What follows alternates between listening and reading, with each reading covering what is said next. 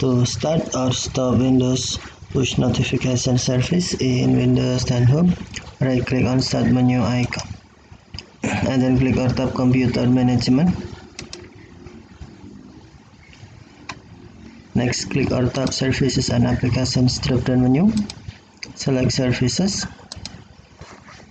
and then scroll down the screen.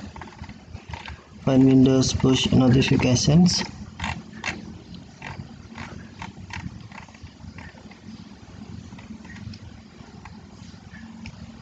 And then right click on Windows push notification system service.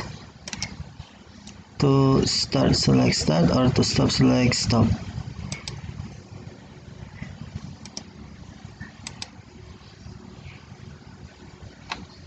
This service runs on session 0 and hosts the notification platform and connection provider, which handles the connection between the device and WNS server.